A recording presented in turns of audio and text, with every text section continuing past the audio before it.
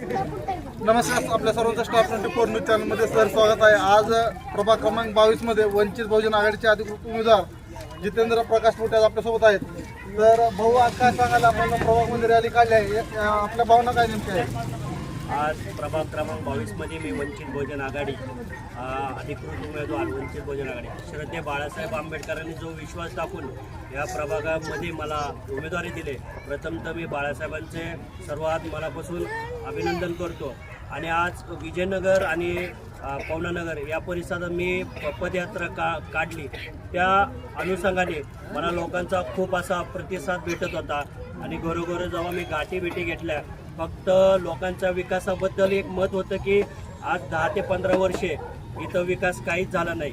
मला 60 ते 65 वर्षाच्या आजी म्हणले, बाळा की मी माझ्या वयाच्या 65 वर्षापासून मी बघते या काळेवाडीत अनेक जण येतात, अनेक जण जातात, पण विकास काहीच होत नाही। तर आजीला मी शब्द दिला, एक संधी वंचितला द्या आजी, या काळेवाडीचा विकास वंचित बहुजन आघाडीच्या हाती होईल, हा मी शब्द देतो म्हणून।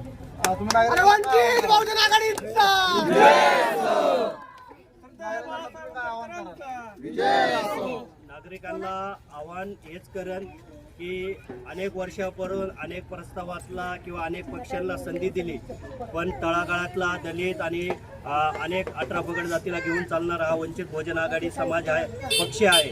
तरी आता तुम्हाला बोललं तर सोमनाथ सूर्यवंशी सारखा वडरा समाजाचा जो पोलीस कोठडीमध्ये मारला, बाळासाहेबांनी त्याला न्याय दिलेला आहे।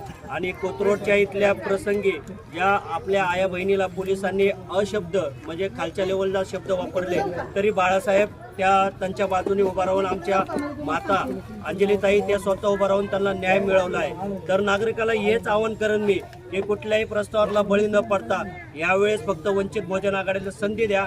तुमच्या प्रत्येक गरजा आणि प्रत्येक अडी अडचणीला वंचित बहुजन आघाडी तुमच्या सोबत आहे।